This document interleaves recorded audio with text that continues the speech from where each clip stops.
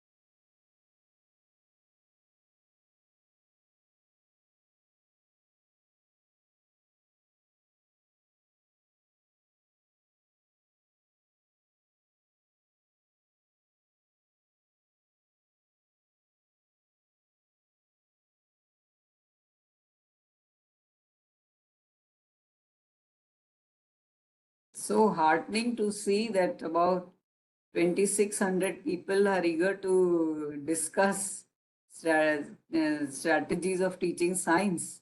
I'm so encouraged by this interest. So how many of you are teaching middle school science? Please write in the chat box. MS for middle school and secondary school for SS. Write SS for secondary school science and MS for middle school. Okay. Okay, so we have quite a. Okay. So we do have a lot of participants teaching middle school science. Okay, great. And namaskar, Rajiv sir. Namaskar, namaskar. So, madam, it will be 3,000 plus participants. Okay, great. So it speaks a lot for the quality of your programs. If so many people are punctual and they're joining the program, it's a great effort. Sure, ma'am. Yeah. It's, All the best for the session, ma'am. thank you. It's good to be back after a long. Yeah, yeah. So can I start? It's 4 Yeah, o'clock. yeah. Sure, you can start, ma'am. Okay. So wonderful to have you all here. A very good afternoon. And you must have attended many programs on teaching strategies for science. So today we have a strategy of teaching science called concept cartoons. Now, how many of you are aware what are concept cartoons? If you are aware, write Y for yes in the chat box. If you are aware about concept cartoons as a strategy for teaching science, then please write Y in the chat box. Okay. So many of you are aware. How many of you have used them? How many of you have used the concept cartoons? Write I for yourself. If you have used it, please write I. Okay, many of you use. So have you used them as a teaching aid or have you used them as a strategy? If you have used it as teaching aid, please write TA. If you have used it as a strategy, write S. Okay. Okay. Okay. Many of you have already used them as strategy and many of you have used as teaching aid. Okay. So let me start sharing my PowerPoint presentation. Then let us see if I can also learn from your ideas since you've already used them. Okay. I hope my PowerPoint is visible. Yes, ma'am. Yeah. Okay. So concept cartoons, one of the styles is here. So it's a cartoon style drawing and there are a range of viewpoints which are being put up by different characters in the cartoon. And the cartoon is related to an everyday event with which the children in the class can connect very easily. Okay. For example, this is one of the concept cartoons which tackles the topic, do plants excrete? So one of the characters, this lady here, she says that plants don't go to the toilet, so they can't excrete. This boy says animals excrete, but plants don't. This person says all animals and plants excrete. And this person says any process that gets rid of waste is excretion. Now, what do you think? What is your answer? What would you say is your answer? With whom do you agree? Okay, this, let us say this is number one, this is number two, this is number three, and this is number four character. So with whom do you agree? Do you agree with number one here, number two here, number three here, and number four here? Or do you agree with more of many of them? If you write with many of, if you agree with many of them, you can write that also. So what are the features of this concept cartoon? So first of all, it is giving alternative ideas that what people think, but it also gives the ideas which are scientifically acceptable. But sometimes children may be using the scientifically acceptable ideas, but they may not be applicable in some particular cases. So we may be careful about that. Then it has visual images. Then it has minimal written language. So only to the point, the crux of the opinion is given over here. Then the context is familiar. But the most important feature here is that it is designed to provoke curiosity, capture interest, and to engage in discussion. So all of you got engaged, most of you got engaged, and you started giving your opinion whether one is correct, or two is correct, or three is correct, or four is correct, or more is correct. Now, this with this feature, we can do a lot. How we can do a lot? Look at this particular concept cartoon. I'm sure you must have seen this on the internet, those of you who have been interested. So here, this person is saying chemical change causes electrons to move between atoms.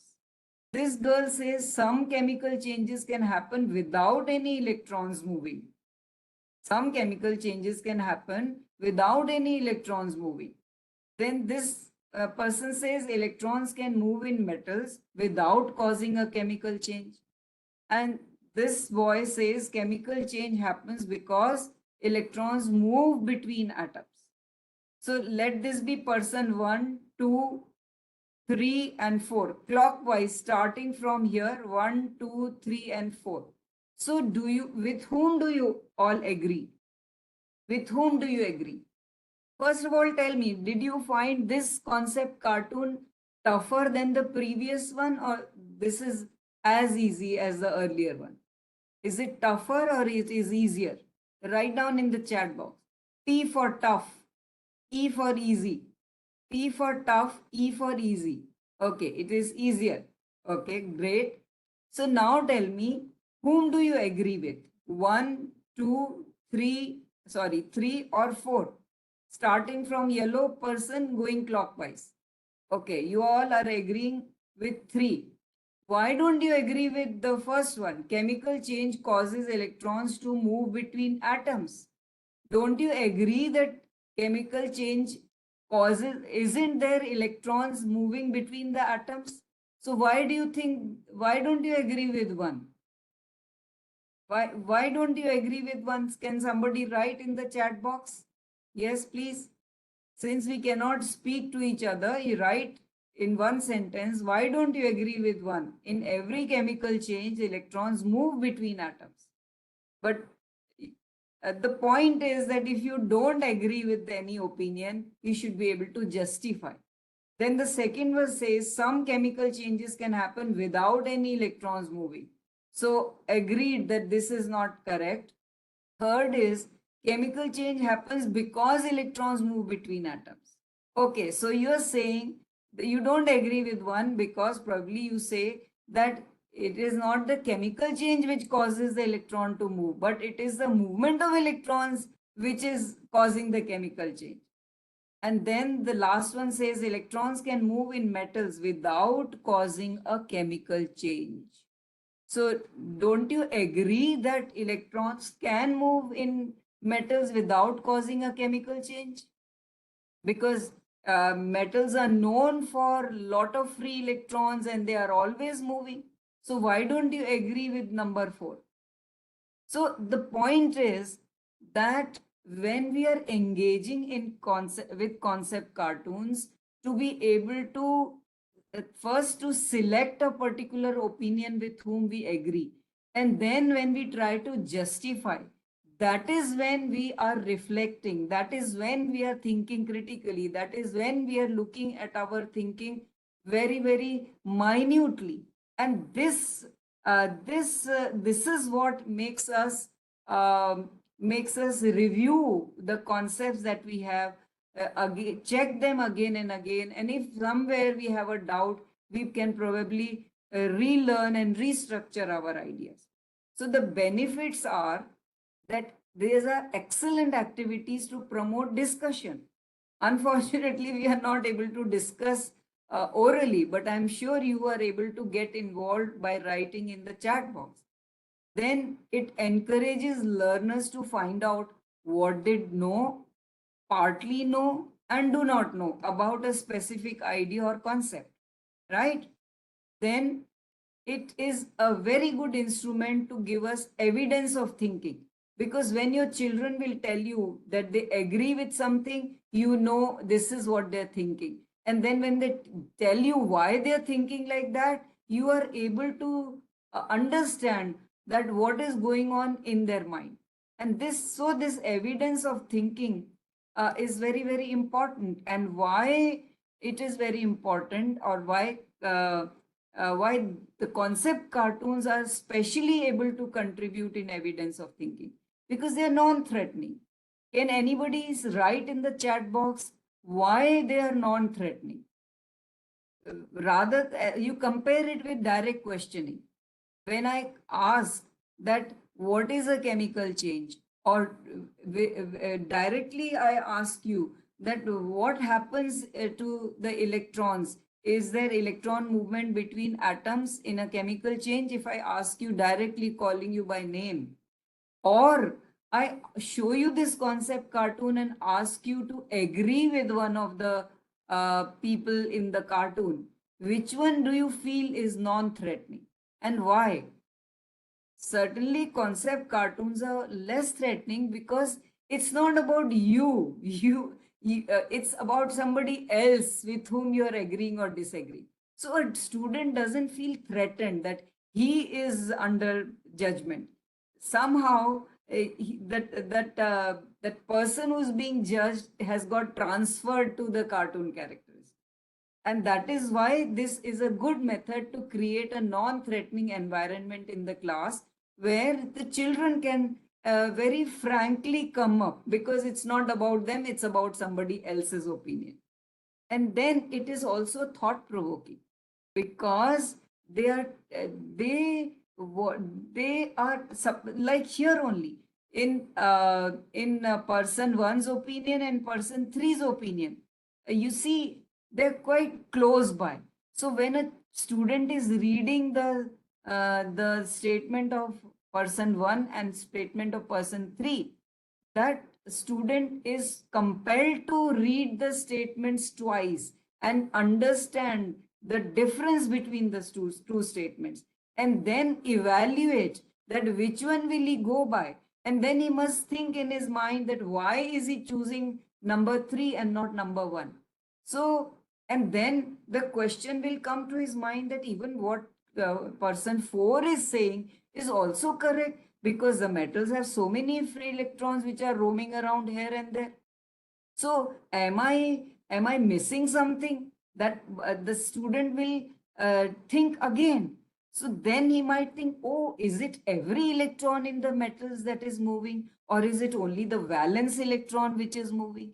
So that is how these concept cartoons offer opportunities which are which encourage learners to work out what they know, what they partly know, and what they do not know about a concept. And when they have to make their thinking visible, they don't feel threatened, because it's not directly about them. They are asked to only confirm or disconfirm or disagree with somebody else's opinion. But in doing that, they are compelled to reflect on their own thoughts. तो वो कहते हैं ना कि सीधी उंगली से घी ना निकले तो टेढ़ी उंगली से निकालिए।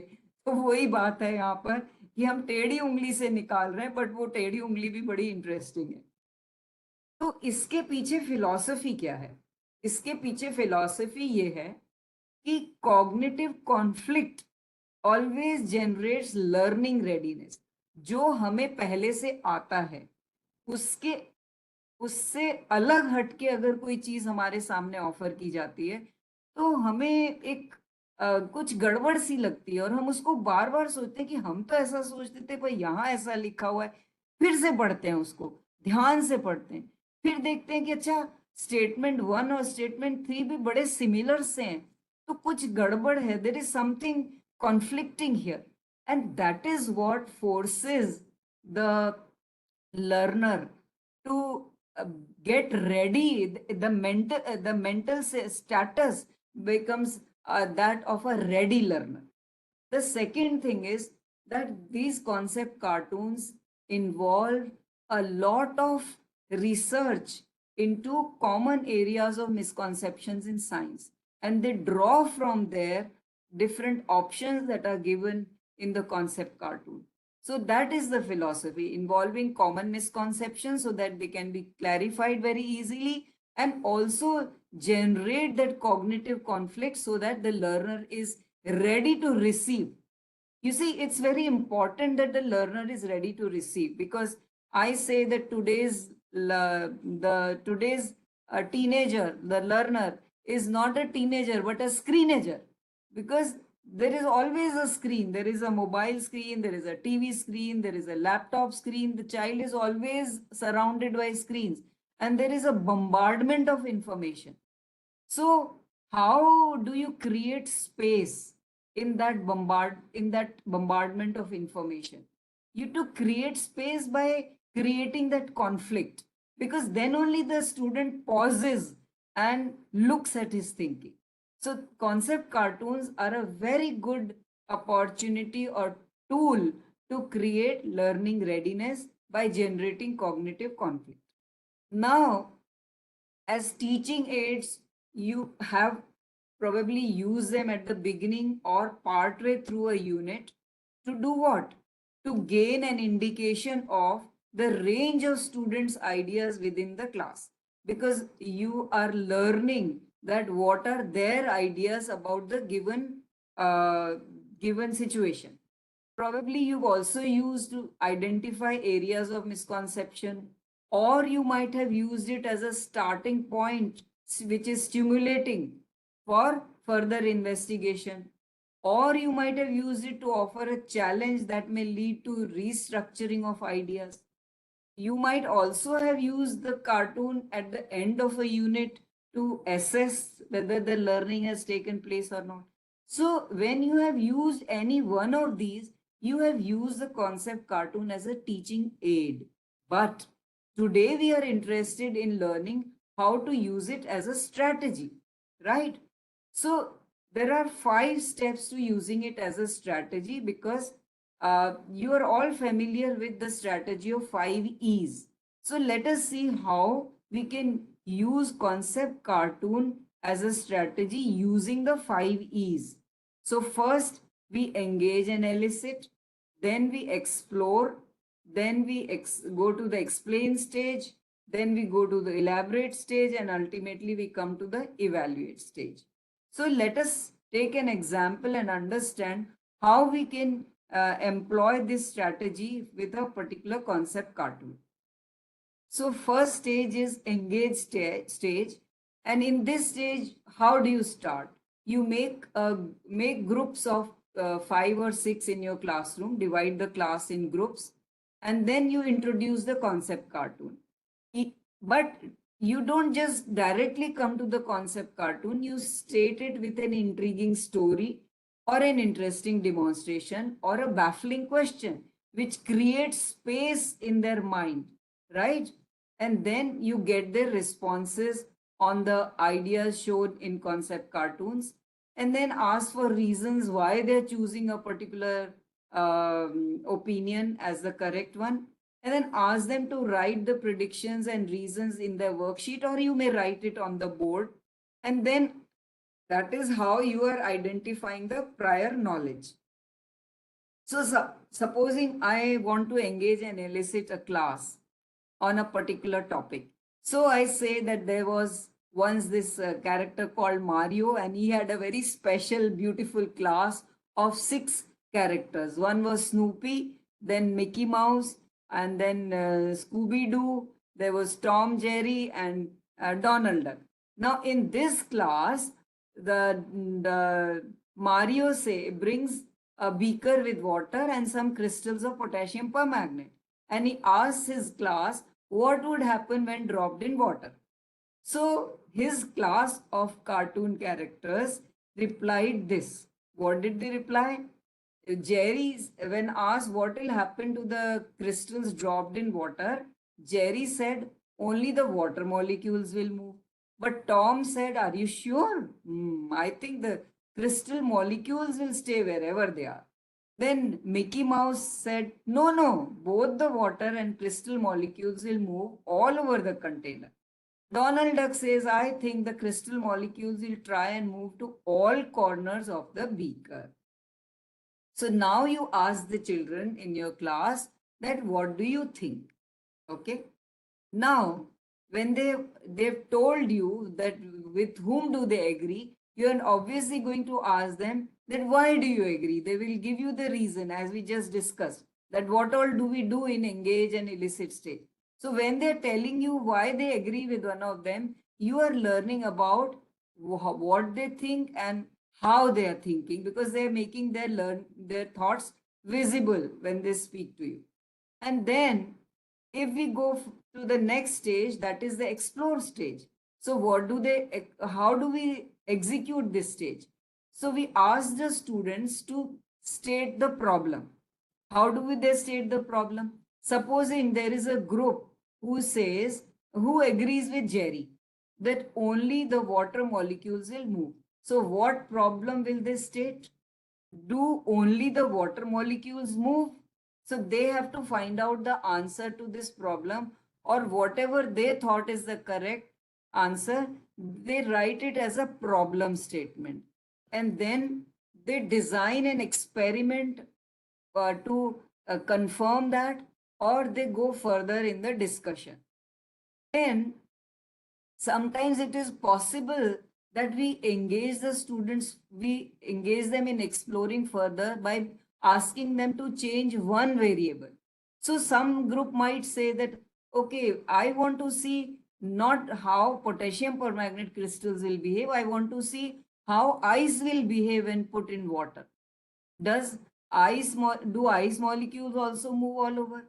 Another person, another group might be more interested in saying, what if I don't put it in cold water? What if I put it in hot water?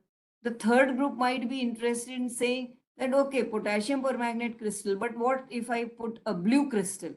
Then will the blue crystal also move to all the sides, or only the potassium permanganate crystal will move? In fact, we must encourage them to change any one variable, right? So somebody has changed it from crystal to ice, somebody has changed the temperature, somebody has changed the color of the crystal, right?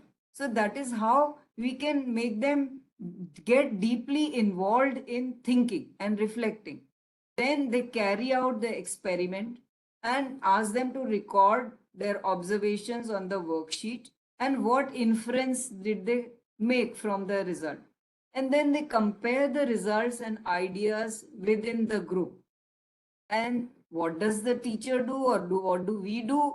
We provide the materials and we guide the students' focus, because in between they might have some difficulty, they might have some question, they might be going off track, they might start telling stories about Donald Duck and Mickey Mouse. So you to bring it back to what the Donald Duck said or what Mickey Mouse said, and how they agree or disagree, and if they disagree or agree, how they can prove or disprove it through an experiment, right? Or can they give a counter argument that I don't agree with this because I can see this particular example around me. So it's a counter example.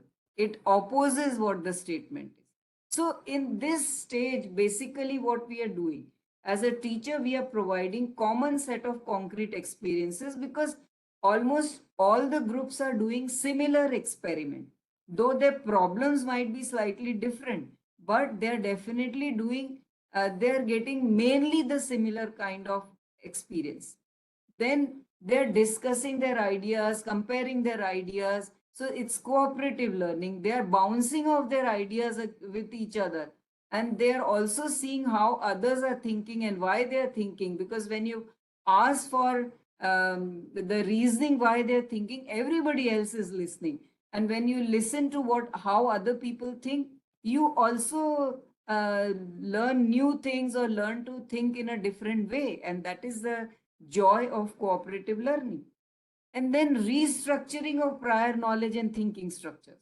So restructuring means whatever you had thought, maybe now you realize that, oh, what I thought was partly correct, but partly it was wrong. And then you change that knowledge, or the connection to the new knowledge you build again, right? So let us see how we employ this stage on that very particular concept cartoon that we saw. Now you see, the concept cartoon is providing the basis for the experimentation. That you must not forget, that the clue for experimentation is in the concept cartoon. So now the concept cartoon was talking about the dissolving of potassium permanganate crystal in water.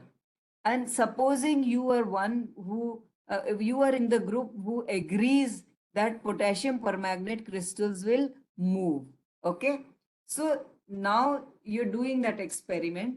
So now you, as a teacher, we have to remember that there are variations between the groups in their hypothesis also. Because one group who's agreeing with, let us say, the statement of Tom, that only the crystals, the potassium permanganate crystals will move, or you are agreeing with, let us say, Donald Duck, who's saying the water as well as the potassium permanganate crystals will move all over. So there are slight differences in the hypothesis of different groups or the problem statements that they are experimenting. The second difference may be in the design of the experiment, because just as I said, one group was interested in seeing not the dissolution, not the how the potassium permanganate crystals behave, but they were interested in how ice behaves. Another group was interested in how a blue crystal will behave along with the potassium permanganate crystal. So why we are allowing that? Because now in the new system of education, we want to give choice to the students, and we also want to give them voice, that they carry out the experiment according to the choices that they have made, and then we give them voice to speak out about what they observed, what they have gathered from doing their observation, what is the inference, and does it take them further in their ideas. So that is how we have to encourage distinction between children. We have to give them choice. Then see, the other group who selected temperature, they might be doing experiment, same experiment, but now one glass has hot water, another has ice cold water, and the third one has the water at room temperature. So these are the kind of variations that we have to allow. The third stage is explain stage. Now, in explain stage, what are the students expected to do?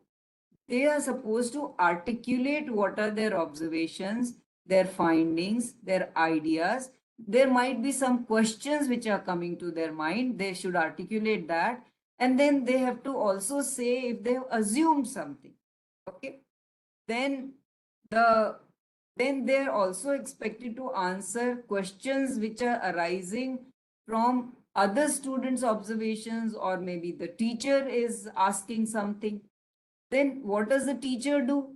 The teacher, after listening to them, she can introduce scientific terms to label some of their ideas. For example, now in this observation, as you see here, the potassium permanganate in this region is more, and in this region it is less. So you might want to introduce the term concentration, right? Then you might want to provide some more content information. You might like to correct mistakes. You might like to complete the missing parts which the students are not saying. So let me again give the example of the same concept cartoon and how we will employ this stage of explaining. So the students observe about movement. They're saying that the crystals are moving. Now you might want to ask them that, do you see the whole crystal moving? So they might tell you that no, it is part of the crystal moving. So how the part is moving? If the children have no idea about molecules, you might take them to the concept of molecules. But if the children are already discussing about molecules, you might just want to focus their attention onto the direction of movement. Then the children might say the direction is upward. So you might ask, is the direction of movement of the molecules of potassium permanganate only upward? Then how do they come in this region? Here in this region there are no molecules, but here there are. So is the upward direction always it is upward, or for some time it is upward? Then they might say something about color, that gradually the color is becoming darker and darker. So you might like to ask them, why is it becoming darker? What do you think that is making the color darker, right? And why do you think it is coming down?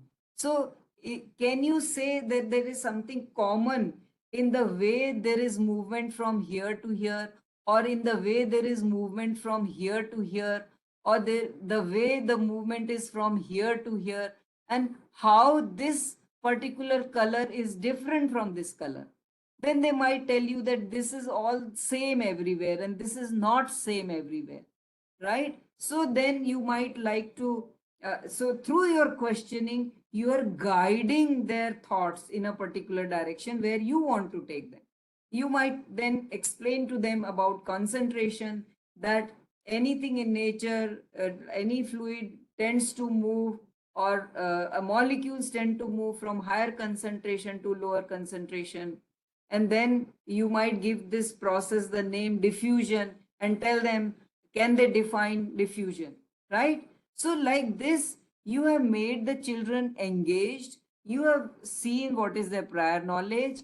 You have let them think of the experiments. You have let them think of changing the variable in the experiment, and then they have told you what are their findings, and you also made them reflect on their findings by asking some probing questions, or you allow them to ask questions. One group may ask questions to the other group, right?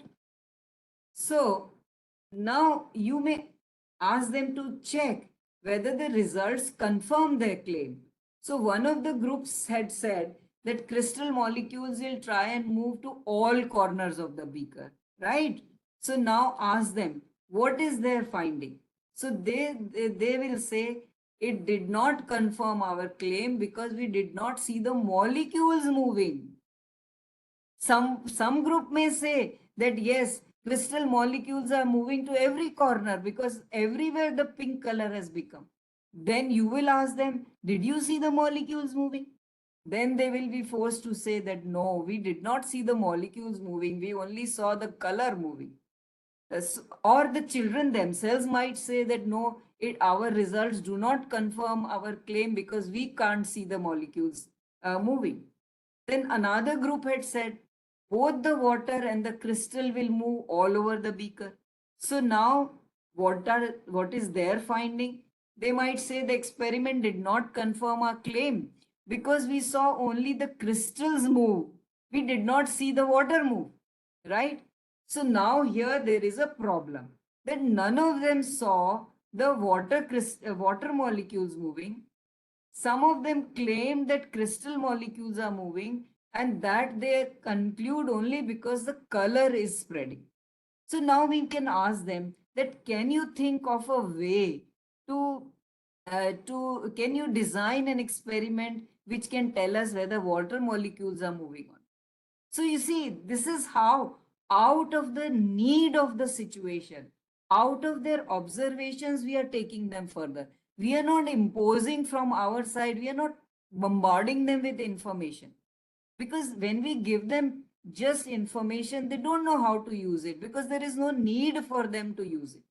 But if you create a situation where the need is arising out of the situation, then they will try to find a solution to the problem. And that is what we want. We want problem solvers, right? We don't want people who have mugged up the information and they vomit it out in the examination and get 100% marks. Such people will be useless for us tomorrow. Then the next stage is elaborate. Now, in this stage, what do? We ask them to make connections and apply what they learn to the world around them, and then broaden and deepen understanding of concepts and processes through additional activities. Right? Just now, as I told you, that you can ask them to design an experiment which tells us whether water molecules are also moving or not. They may not know about Brownian motion, but can they think of any possibilities? You see, when they are thinking of some possibilities, who knows? They might come up with a better solution than putting talcum powder, right? Or even if they don't come up now, next when you tell them about the experiment about Brownian motion, putting lycopodium powder, they will understand this better because they've understood the problem, right? So then let us apply and then further inquiry if needed. So let us see how we can apply this to this particular one. So in this, now that we have taught them about concentration and diffusion, we can give them examples around us, or we can ask them to give us examples of diffusion that they see around them. So somebody might come up with a tea bag in a cup of hot water. Somebody might come up with spray of perfume or room freshener, which is spreading. Then you might ask them that, how do you know it is spreading? Then they might say that you sprayed it in one corner. I was standing in another corner, but I could smell it. So even though I could not see, but I'm just inferring. So now you will say that can you be 100% sure, or do we need to design some experiment for doing that? Then sugar in water, we don't need to stir it, but it gets dissolved. So maybe this is also diffusion happening around. Then an incense stick, you can see the smoke diffusing. It is always going from a higher concentration area to lower concentration area. Boiling water, when it is added to dried noodles, they become rehydrated and the water seeps from the area of high concentration to low concentration. And then we can take their attention to how diffusion solves problem. So can diffusion solve any problem? Please write in the chat box. What do you think? Can diffusion solve any problem? Just give me an example of how you think diffusion can solve a problem. Any one example can you give me? What kind of problem will diffusion solve? Don't just write yes. I want a concrete. You give me your idea as to how diffusion can solve a problem. Give an example of a problem. Don't just agree with me. As moving up in the class, mixing up in the class. Nice session. No, no, ma'am. I don't want your compliments right now. Oxygen supports spreading the aroma. Okay. Okay. So supposing there is bad smell in the room and you want to solve that problem. So if diffusion was not there, would you be able to put the room freshener? Would it be of some help? No, right? So first thing is it can help us to for gain of useful substance. Gain of useful substance in any particular region or area. And also it can help us in ridding of waste products. Because if the waste product has increased in concentration, through diffusion, you can take it to the region where the concentration is less. That is what this concept cartoon is telling us basically. That is where we have reached. So let us see another example. Now the question is that we don't just want children to say that yes, we can use diffusion to solve the problem of how to gain useful substances or how to get rid of waste products. We want also to take their attention to how nature uses diffusion to solve its problems, right? So what we can do, we can start with a story that my sister was preparing a vegetable salad and she brought lettuce for preparing salad. She put she washed some lettuce and out of it, she took out some and put it in salt water. And after some time, she noticed that the lettuce in salt water had become limp and it had shrunk. Whereas the lettuce which was in ordinary water, that was looking very fresh. So now, after you introduce this story, you show them this particular concept cartoon, right? Now, why we are showing them this particular concept cartoon? Because we want them to get involved with osmosis. Now, depending upon the age or class of your students, you might want to take them to how nature uses diffusion.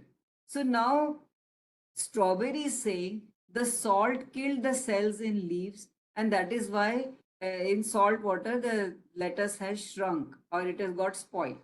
But Cabbage says no, that can't be true. Water came out of the lettuce, making it weak. Banana says the salt became poisonous to the leaves, that's why it got spoiled. Pear says no, dear. The nutrients in the lettuce got destroyed, and that is why it became weak. So, what do you think? Whom do you agree with? Write in the chat box. I ask all of you to write in the chat box whom do you agree with? Strawberry or cabbage or banana or pear? And what might onion say? Now you see, you're not asking directly the children, what do you have any other idea? You ask them, what might onion say? So they might come up with another option, because you see, as teachers, we might not have thought of all the options which are possible, but the children may come up with more options. So you leave some space for more options. So onion is yet to say something which you're going to add from the children's opinion, right? So you are agreeing with cabbage, but let me show you one of the discussions that happened in the class. Now I have written the opinions of strawberry, pear, banana and cabbage here. And I want to show you how the children thought about it. So group 1 said, we think strawberry is right. What is strawberry saying? Strawberry saying salt kill the cells in the leaves. Okay. So the teacher, Mrs. Khanna, is asking why. And group 1 says, well, salt is so strong that it can even destroy saucepan when it is kept in it for a long time. So it can kill cells in a vegetable within minutes. Now you see, when the children tell us this, we understand where they are coming from. They have connected their prior knowledge of destruction of a saucepan with destruction of cells in the strawberry. So you see the connection. The child has observed something which is authentic. There is even scientific reasoning that saucepan is destroyed by a lot of salt, right? But that scientific reasoning is not correctly being employed here. And you are getting a chance to see how they have made wrong structures in their mind, right? Then group 2 says, we also think strawberry is right. But now you see their reasoning. They're saying strawberry is right because salt can cause fish to dry and can be preserved for months so that it can kill the cells in the leaves. अब वो कह रहे हैं कि fish को preserve करने के लिए सॉल्ट लगाया जाता है और सॉल्ट जो है वहां के सब बैक्टीरिया को खत्म कर देता है, इसलिए वो सॉल्ट अब लीव्स के अंदर के लीव्स के सेल्स को भी किल कर देगा. So look at the reasoning that the children have, and it's not always a matter of laughing, because when children see something, they make certain inferences. Those inferences may be right, may not be right, unless somebody checks it. There is no way of knowing whether the connection made is right or wrong. Then group 3 says, ma'am, banana is right. So Mrs. Khanna says, what makes you say that? Now the answer is, salt is poisonous because it has changed the structure of the leaves. अब वो सोच रहे हैं कि salt इतना powerful है कि वो leaves का structure ही बदल सकता है. अब ग्रुप 4 कहता है, we will go with the cabbage. जैसे आप सब लोग कैबेज के साथ है ना, group 4, you are all in group 4. Okay. So Mrs. Khanna says why? तो अब आप बताइए मिसेस खन्ना को जवाब. All of you can write in the chat box that why group 4 is correct. Yes, group 4, please write in the chat box why you said cabbage. Okay, let me answer. Group 4 said salt water was too concentrated for the water in the lettuce. So lettuce lost water to the salt solution. तो latus के अंदर का water जो था वो higher concentration से salt solution में आ गया, जहां की वाटर का कंसंट्रेशन कम था और सॉल्ट का कंसंट्रेशन ज्यादा था. तो अब we need to ask other children that after this discussion do you want to revise your opinions. We can ask group 1, do you still go with the strawberry? Group 3, do you still go with banana? They might like to change their opinion. They may not like to change their opinion, because one child has this question. Group 5 says, ma'am, why can't the salt go into the lettuce instead of water going out of the leaves? जैसे water है वो latus leaves के अंदर उसका concentration ज्यादा है और बाहर सॉल्ट सोल्यूशन में कम है, तो वो लेटस लीव्स से सॉल्ट सोल्यूशन में चला जाता है. लेकिन उल्टा क्यों नहीं होता? सॉल्ट सोल्यूशन जो बाहर है उसमें सॉल्ट का कंसंट्रेशन ज्यादा है. तो जैसे पोटेशियम पर मैग्नेट हायर कंसंट्रेशन रीजन से लो कंसंट्रेशन रीजन में चला गया था, जब हमने पानी में डाला था, तो उसी तरह से सॉल्ट सोल्यूशन में से सॉल्ट लेटस लीव के अंदर क्यों नहीं आ जाता, वहां तो सॉल्ट का कंसंट्रेशन कम है। अब देखिए इस पूरे डिस्कशन में कितनी नई नई बातें निकल के आ रही। तो अब आप दिस क्वेश्चन में lead to introduction of still another concept, and that is permeability of the membrane. So Mrs. Khanna says that this is because vegetable membrane is not permeable to salt. So now you can introduce another concept of permeability. But you see, it is different. अगर आप खुद ही पहले पढ़ा देते तो वो जबरदस्ती उनके अनरिसेप्टिव माइंड में जाता नहीं, जगह नहीं उनके माइंड में।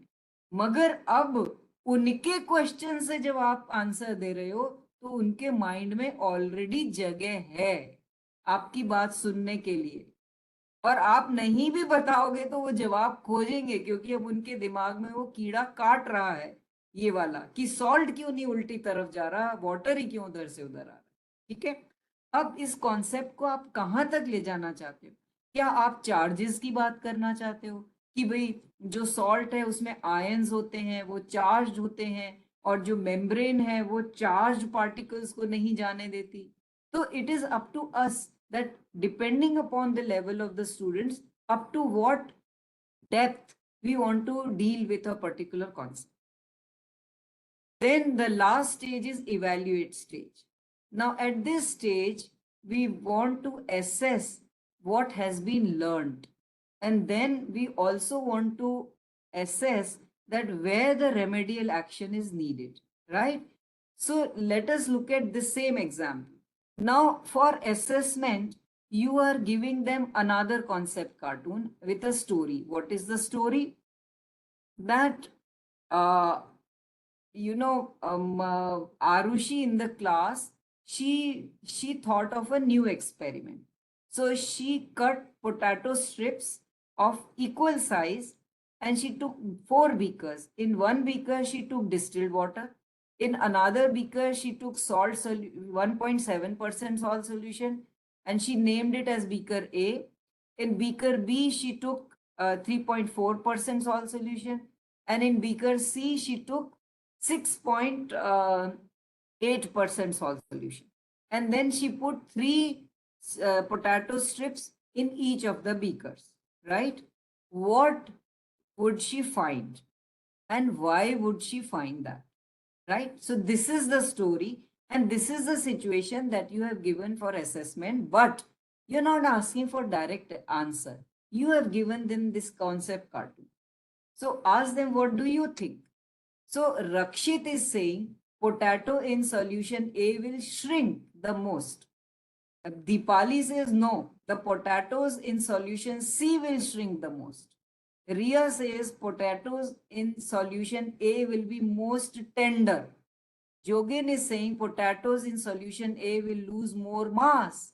अब देखो, हमने तो सोचा था कि शायद बच्चे साइज के बारे में बताएंगे, लेकिन बच्चे तो क्या क्या बातें बता रहे हैं। वो कह रहे हैं कि वो टेंडर भी हो सकता है, वो कह रहे हैं कि मास भी कम हो सकता है, और वो ये भी बता रहे हैं कि किसका मास कम होगा, कौन सा सबसे ज्यादा टेंडर होगा।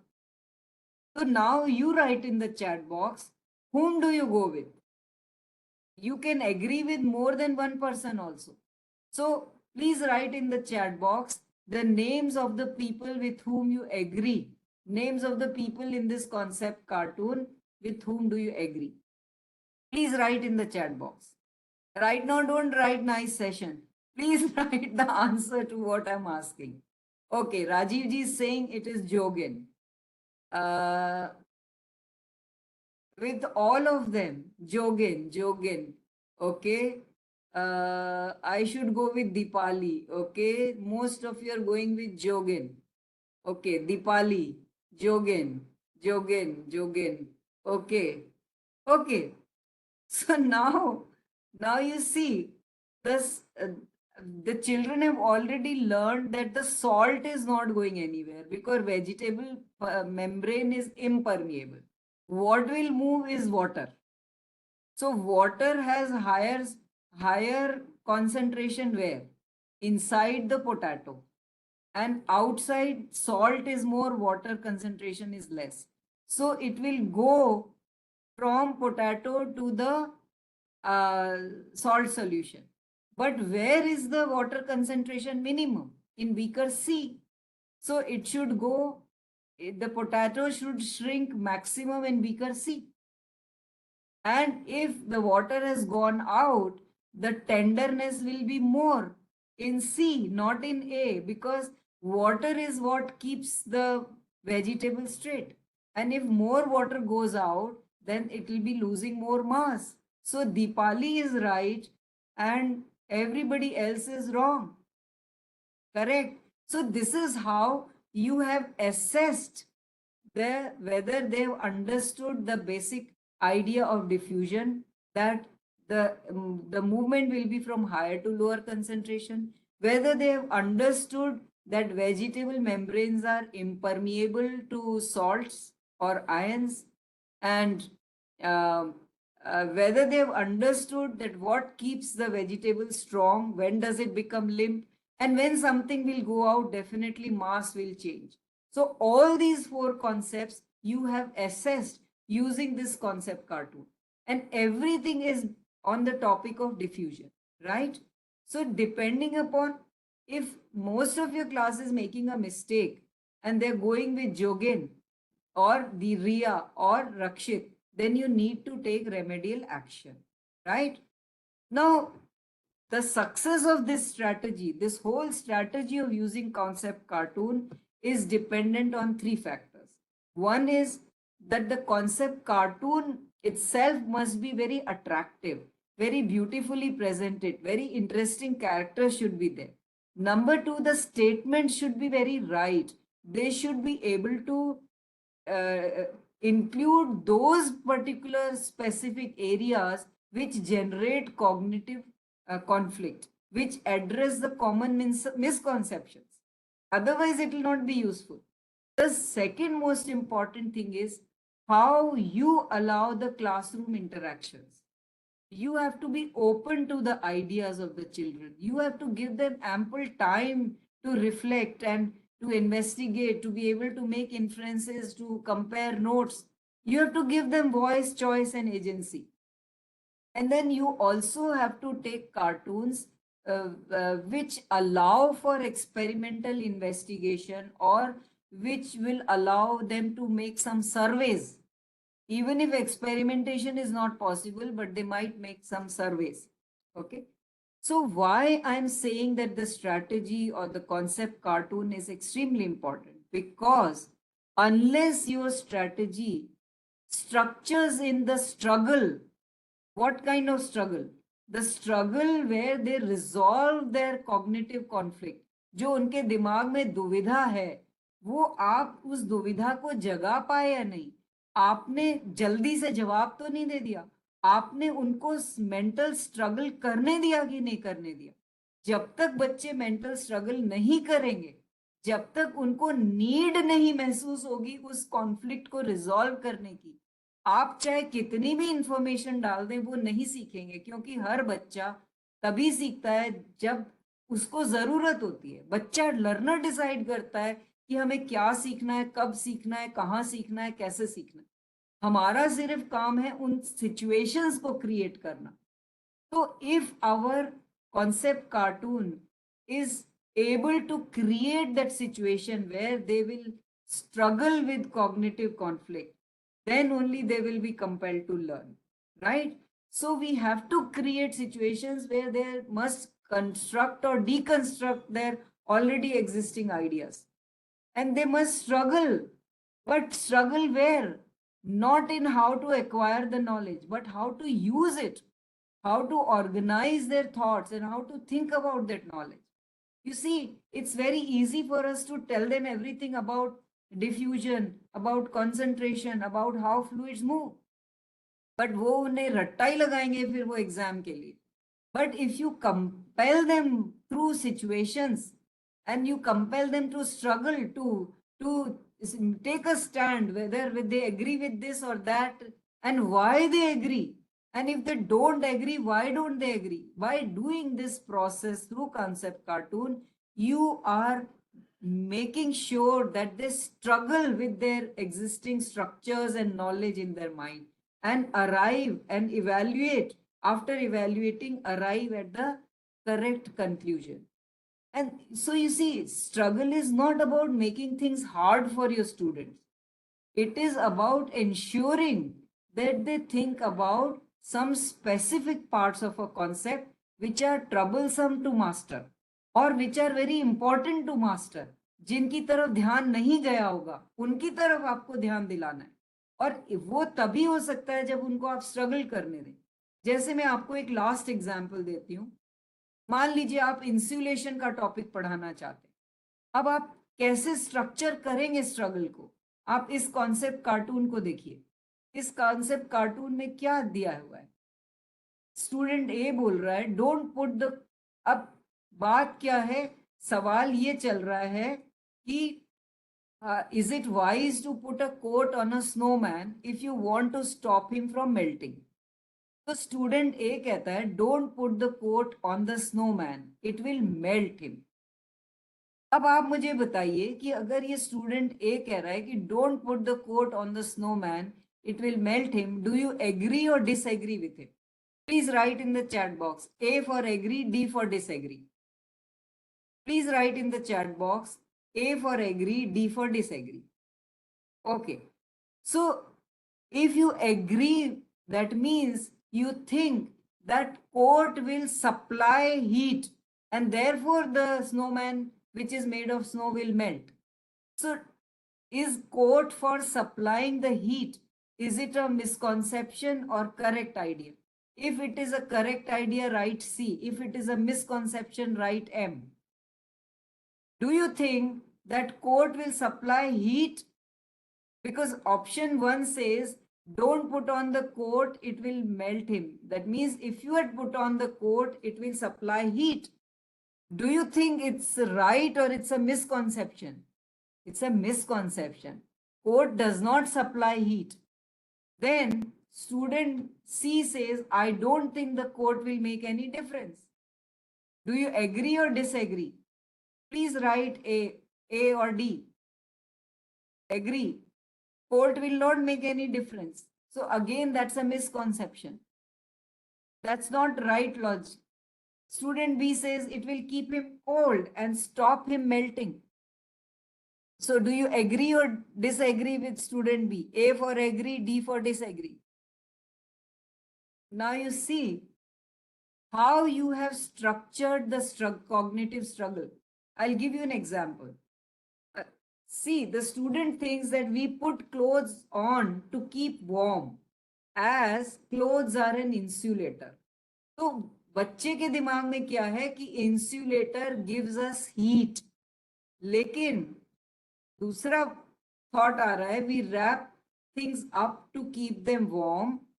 So let's not put the coat on the snowman. That means वो सोच रहे हैं कि कोट गर्मी देगा और स्नोमैन को गर्मी मिलने से वो गल जाएगा. But the snowman is not hot. Some child says snowman is not hot. Then, so maybe we wrap him up to keep him cold. My mother wraps ice cream in newspaper. तो उनको ये idea तो है कि ठंडा रखने के लिए भी किस इंसुलेटर में लपेटा जा सकता है, लेकिन वो क्या कह रहे हैं? Yes, we must wrap him in a coat to stop the cold from escaping. अब देखो यहाँ एक और मिसकॉन्सेप्शन है. क्या कोल्ड एस्केप हो सकता है? जैसे हीट एस्केप होती है ऐसे क्या कोल्ड एस्केप होता है? नहीं होता है. हीट बाहर से अंदर आती है, कोल्ड अंदर से बाहर कभी नहीं जाता. तो that's another misconception which we are just realizing. So you see this struggle, but the way we have put these dialogues, we are structuring that struggle to arrive at the correct concept. So another child says, I get it. Insulators don't keep things warm or hot. They simply prevent the transfer of energy. अभी वो ये तो समझ गया कि transfer of energy prevent हो रहा है, लेकिन वो सोच रहे हैं सिर्फ हीट अंदर से बाहर नहीं आ सकती. अभी वो ये नहीं सोच पा रहे हैं कि हीट बाहर से अंदर जाएगी. वो कोल्ड को एस्केप करने की बात कर रहे. तो बात क्या है, स्ट्रगल पॉइंट क्या था? स्ट्रगल पॉइंट ये था कि insulators prevent the transfer of energy, they don't just keep objects warm. This is the point which we want the children to understand कि इंसुलेटर का काम चीजों को गर्म रखना नहीं है, उनका काम है ट्रांसफर ऑफ एनर्जी को स्टॉप करना. और हमेशा हीट हायर टेम्परेचर से लोअर टेम्परेचर ही जाएगी, कभी भी लोअर से हॉट पे कोल्ड नहीं आएगा. राइट? तो देखिए हमने इस स्ट्रगल के थ्रू क्या किया. Without the struggle what will happen? Without the struggle, they will not be required to consider and reorganize their knowledge. इसलिए ये जो स्ट्रगल है ये बहुत जरूरी है. और क्या है? विदाउट दिस, ये दिख नहीं रहा है. I need to, without, just a minute, again I have to share. Without this struggle, they will not make any mistakes. And without making mistakes, there cannot be any feedback from the peers and the teachers. तो उनके जो misconceptions हैं वो कभी ठीक ही नहीं होंगे. तो जरूरत किस बात की है कि हमें उन्हें कंपेल करना है रिफ्लेक्ट करने के लिए, अपनी गलतियां खुद समझने के लिए. और जो गलतियां वो नहीं समझ पा रहे हैं वो सामने आनी चाहिए ताकि टीचर और पीयर्स उनको बता सके, उनके मिसकॉन्सेप्शंस करेक्ट कर सके. And that is why it is very important to design the concept cartoons which can structure the struggle, which make it necessary that students have to mentally struggle with getting the concepts. So there is another strategy that you can employ with the concept cartoons. I'll just take one more minute. That is, you can make it as a competition. You conduct one concept cartoon based session, assign a topic to the students, divide them in groups. Each group can prepare a concept cartoon from a particular topic given, and then you hold a peer assessed competition. And that way you yourself will get a lot many concept cartoons for your next session. But make sure that the ideas they have depicted, the dialogues of different characters they have depicted, they must all be plausible. They must be very close. They must enable them to reflect. It should not be information oriented answers. It should be concept based answers. So that is all from my side. These are my contact details. My programs are put up on Facebook or LinkedIn. You can go there and see the kind of programs that we do throughout the year. And thank you so much. If you have any questions, I'll be very happy to take those questions.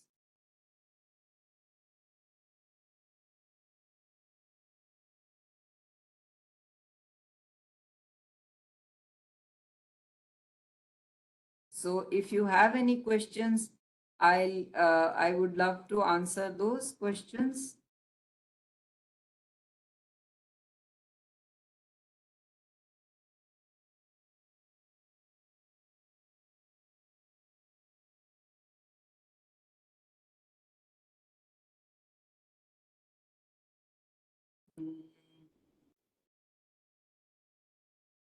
Okay, I'm just looking for the questions.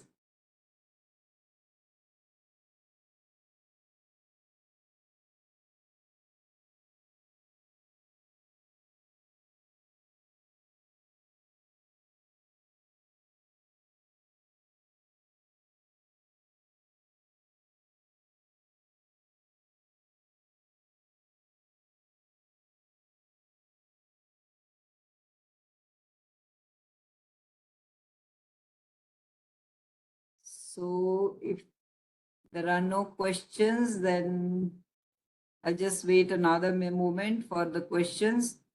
If there are no questions, is there any other strategy of teaching science that you would like to learn about? You can write in the chat box. Or is there any other topic on which you would like to have a session?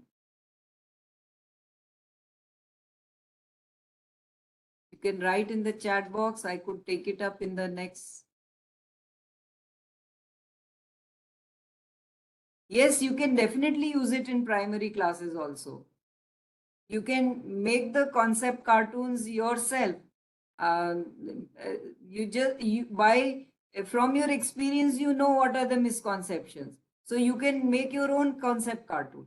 On the net, so many drawings are available of different characters. Last 5 children will enjoy having a session with cartoon characters like Tom, Jerry, and all those Mario and whatnot. There are so many characters now. I don't even know their names, but class 5 children will know so many characters. So you can use them. In language class, yes, you can.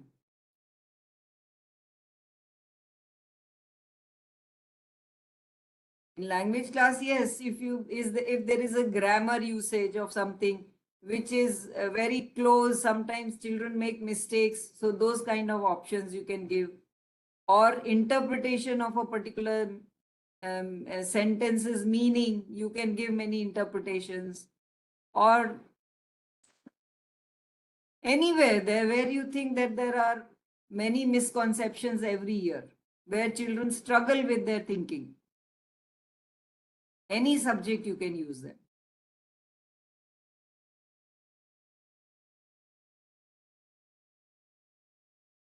Thank you so much.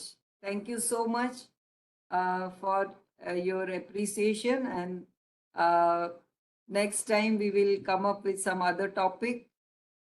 You can write to Pataliputra Sahodaya Complex for the topics that you would like to have, and they can communicate it to me. So thank you so much, and bye-bye till the next time. Thank you. I'll be leaving the session.